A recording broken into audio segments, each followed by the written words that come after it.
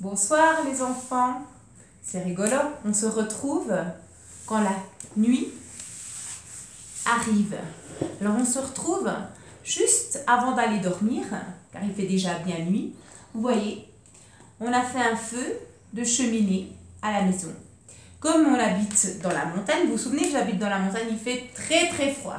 J'ai mis mes chaussons, mon pyjama et je mets un grand gilet tout jaune pour vous lire une jolie histoire en français juste avant de vous endormir. Alors regardez, cette histoire s'appelle « Sous mon lit, il y a un voleur de chaussettes ». Vous savez, c'est un ami qui nous l'a donné avant qu'on arrive en Colombie. Pourquoi? Parce que mon fils, le coquin, il y a des tonnes de chaussettes dans son lit. Parce que quand il se couche le soir, comme il fait froid, il se couche avec ses chaussettes et on trouve plein de chaussettes dans son lit et aussi dans sa chambre. Alors on va regarder qu'est-ce qui se passe dans notre livre. Sous mon lit, il y a un voleur de chaussettes.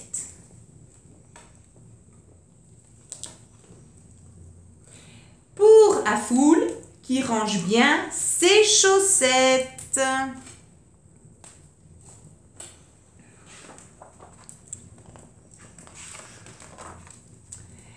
Chaque année, des millions d'enfants sont victimes d'étranges créatures. Ce sont les monstres du noir.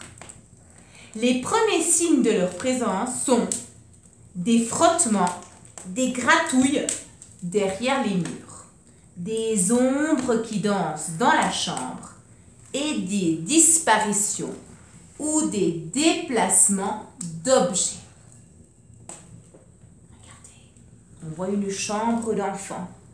Oui, et on voit des petits monstres. N'ayez pas peur, n'ayez pas peur. Ils sont là. Certains empruntent, manipulent ou déplacent quelques objets par-ci, par-là. D'autres s'amusent à voler 2 ou 3 bricoles, souvent auxquelles on tient.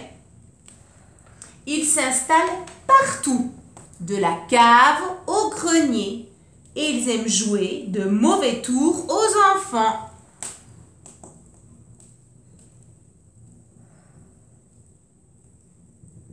Ils aiment jouer de mauvais tours, c'est qu'ils aiment bien faire des blagues aux enfants.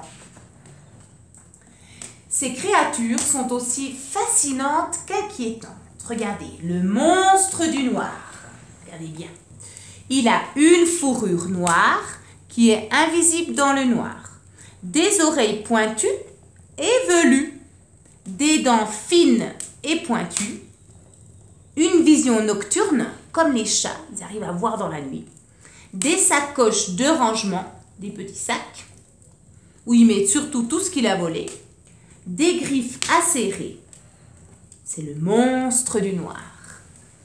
Certaines créatures apprécient particulièrement nos maisons. Ces créatures ici s'appellent les chapardeurs. Les chapardeurs sont des collectionneurs, ça veut dire qu'ils prennent tout ce qu'ils trouvent, et parfois même des collecteurs.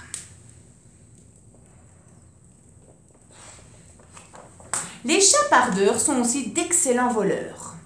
Leur présence dans une maison se traduit par la disparition régulière d'objets. Regardez, ici, chaque chapardeur a sa spécialité. Des bijoux, des clés, les chapeaux ou aussi les chaussettes. Ça, c'est Tac, c'est le chapardeur de vis et de clous. C'est ce qu'il vole. Chapardeur, c'est un voleur. Et Braque, il vole des bijoux. Ah, regardez comme il est joli. Sa taille est toute petite, c'est de 12 cm. C'est comme ça. Mais avec ses cheveux, c'est 20 cm. C'est la hauteur de ce livre. Il y a aussi, regardez, Alcou, le chapardeur de clés. Il a des sacoches et 2 paires de mains. Oui, et il a une clé dans son museau. Il y a Talen.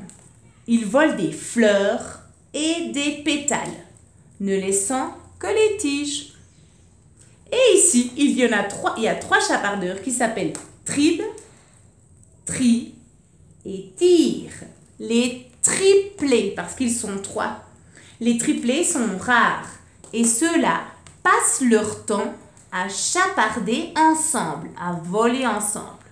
Tout ce qui peut être volé facilement. Les jeunes chapardeurs de 10 cm de haut, ils sont grands comme ça.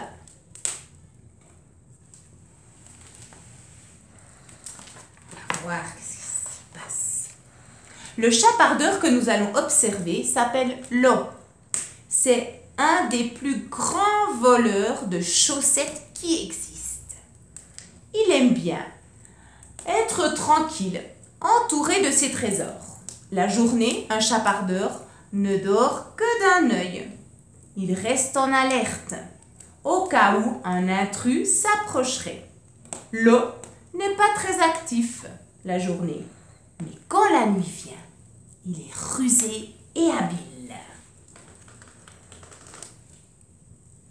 Ça, c'est durant la journée. Regardez, il est entouré de chaussettes qu'il a volées, le coquin. Et la nuit,